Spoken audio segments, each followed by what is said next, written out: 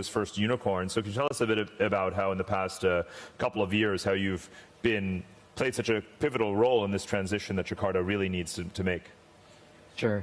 So Jakarta is in many ways a perfect chaos because we've got a population in Indonesia of approaching 300 million. Yep. And very few economic centers. Jakarta, you could say, is arguably the only one that has a huge amount of economic commercial activity. The others are growing, but not as fast. So you've got massive migration into it. And you've got massive, it's almost like a heartbeat, There's Greater Jakarta, which has well over 20 million people. And during the day, most of the 10 million outside of metro area are coming into the city every day to work. So you've got a perfect density problem, you've got a perfect congestion problem, and as a result, you've got a perfect pollution problem, right? Yeah. So, so Gojek is kind of the world's first kind of super app that attacks all various inefficiencies in getting stuff around, transactions around, and things around. So we move people, we move food, we facilitate transactions like payments, and we move Sorry to interrupt. Can you use the handheld mic? There's something wrong with the mic. Yeah.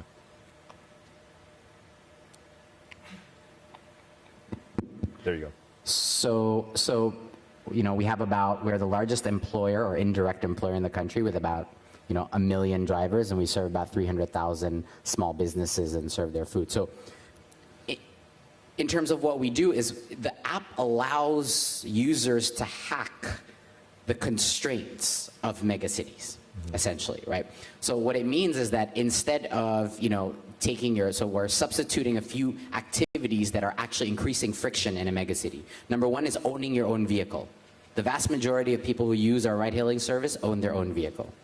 For food delivery, we're actually removing the need to go to a mall or removing the need to spend extra time cooking your meal. Okay, so a lot of malls have disbenefited actually as a result of GoFood because now families are getting together and hosting friends in houses. You're nothing if not a disruptor. Yeah. Yes, and thirdly, what we are replacing with our payment platform is cash, right? And exactly to the point that you were making before, actually, as you digitize these movements of humans and goods and tracking transactions, you create a new layer of visibility around how the city actually operates. And this is the fundamental problem with actually city planning and city governance in general.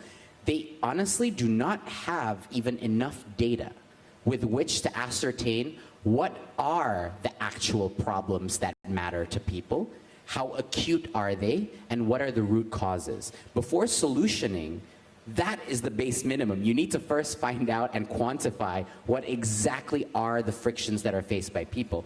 And so I think the first and fundamental problem is there's a lot of domain expertise being thrown around how best practice. But at the end of the day, the only way to actually create incremental and positive sustainable improvement is by hyper-experimentation. There's no other way around it. You need to have 1 million experiments running at the same time across multiple megacities for you to actually crack what is workable in each of them. And so I believe technology plays a massive role, together with government, to actually create that megacity optima of, okay, here's the hierarchy of things to attack. We have problems here, here's how big they are, and here are the root causes. Now let's figure out the solution together. And